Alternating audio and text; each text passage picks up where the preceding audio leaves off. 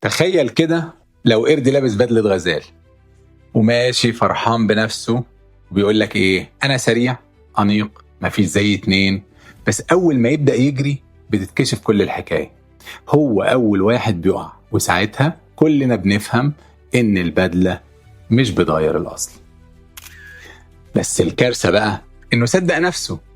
الموضوع انه في ناس بتعمل كده كل يوم وبتضحك على نفسها وبتقول ايه، انا جامد انا مختلف. على فكرة ده مش طموح ولا حتى تشجيع، انما ده اسمه سيلف ديسبشن، يعني خداع النفس من الاخر.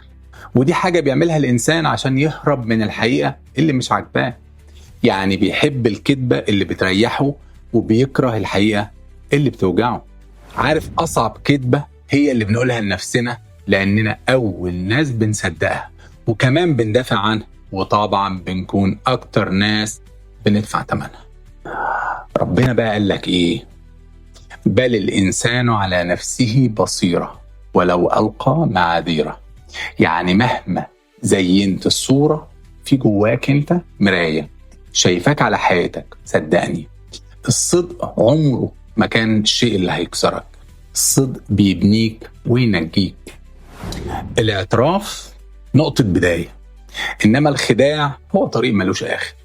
فلو لقيت نفسك لابس بدلة مش على مقاسك، اقلعها والبس اللي يشبهك.